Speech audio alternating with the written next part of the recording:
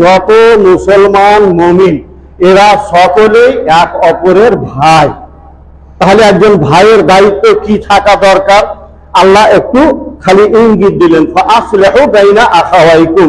যদি ভাইয়ে ভাইয়ে কোনো রকমের ঝঞ্ঝট ঝামেলা হয়ে যায় তাহলে আপোষ করে দাও, মীমাংসা করে দাও। ভাই ভাই ভাইয়ের ব্যাপার, আমার একটা ভাই ও আমার ভাই, একটা ঝামেলা হয়ে গেল, টোটোতে মোটর সাইকেলে ধাক্কা লেগে গেছে। কি করবে? বেচারা ইচ্ছা করে মারেনি, ধাক্কা লেগে গেছে। তো ধৈরা ওকে গরু পিঠে করে মারবেন, খুঁটিতে বেঁধে খাম্বাতে বেঁধে গরু পিঠা করবেন না। আল্লাহর কথা হলে হয়ে গেছে হয়ে গেছে, এটা নিশ্চিত করে দাও। টোটোওয়ালা বেচারার কোনো দোষ নেই, দৌড়তে দৌড়তে বক নিয়ে চায়ের দিকে পড়ে গেল, পা ভেঙে গেল, টাকা হয়ে গেল, ধৈরা ওকে মেয়ে জরিমানা আর কিছু না। একটা আপোষ করেন, মীমাংসা করেন, মীমাংসা করেন। কারণ আল্লাহ বলছেন মুসলমান মানে তোমরা ভাই ভাই, একজন ভাইয়ের প্রতি একটা দায়িত্ব আছে। ফাসলিহু বাইনা আখাওয়াইকুম, ভাইদের ভিতরে একটা মীমাংসা, একটা আপোষ করে দাও।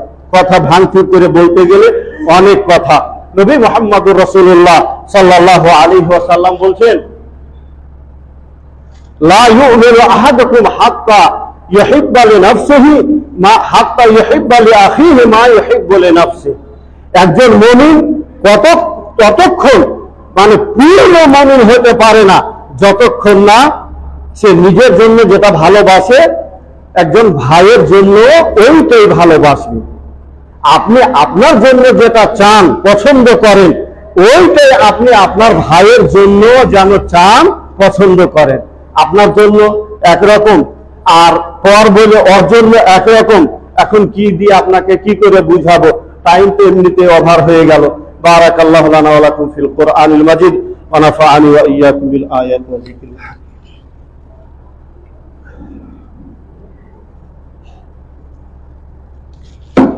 حامدا ومصليا اما بعد اعوذ بالله من الشيطان الرجيم انما المؤمنون اخوه। রাসূলুল্লাহ সাল্লাল্লাহু আলাইহি ওয়াসাল্লাম বলেন, লা তাবাগাজু ওয়া লা তাহাসাদু। আপোষে দুশমনি করিও না, তোমরা হিংসা হাসাদ করিও না, দালালি করিও না, একজনকে দেখে পিঠ ঘোরা দিয়া মুখ ঘোরা দিয়া পালাইও না, পিছে দেখিয়া পালাইও না। এগুলো সব সাধারণ মানে দোষ আমাদের ভিতরকার। কেন এইসব নিষেধ করেছেন আল্লাহ আল্লাহর রাসূল? যাতে করে এদের ভেতরে মন কষাকষি না তৈরি হয়, ফাটল না ধরে। 10,000 টাকার বকরি দালালি করে 12,000 টাকায় লওয়া করেলে ওর মন খারাপ হবে না, রাগ হবে না? ঠিক আছে, মোকাতে পেলে বেটাকে দেখাবো, দুশ্মনী তৈরি হবে। এমন কোনো কাজ তুমি করো না যাতে তোমার ভাইয়ের সাথে মন কষাকষি হয়, দুশ্মনী তৈরি হয়, এমন কোনো কাজ করিও না। এটা হচ্ছে মুসলমানদের নীতি। এক এক করে আল্লাহ রাসূল সাল্লাল্লাহু আলাইহি ওয়াসাল্লাম জীবনে চলাফেরার ক্ষেত্রে একজন মুসলমানের সাথে একজন মুসলমানের এই ভাইয়ের সম্পর্ক কেমন করে অটুট থাকতে পারে এর জন্য প্রত্যেকটা ক্ষেত্রে মুহাম্মদ সাল্লাল্লাহু আলাইহি ওয়াসাল্লাম নির্দেশনা দিয়েছেন, শিক্ষা দিয়েছেন। সেই সবগুলো যদি মুসলমানরা ফলো করে চলতে পারে তাহলে অনেকটা আশা করা যাবে যে মুসলমানরা যে আপোষে ভাই ভাই এই ভ্রাতৃত্বের সম্পর্ক তারা ধরে রাখতে পারবে, বজায় থাকবে। আর এই সম্পর্ক বজায় থাকলে তাদের ভেতরে একতা সৃষ্টি হবে। একতা সৃষ্টি হলে তাদের ঈমানের একটা শক্তি তৈরি হবে।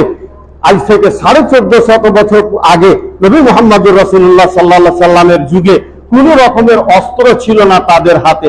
অস্ত্র বলতে ছিল শুধু ঈমান। ঈমানের শক্তি দিয়ে গোটা বিশ্বকে তিনারা জয় করেছিলেন।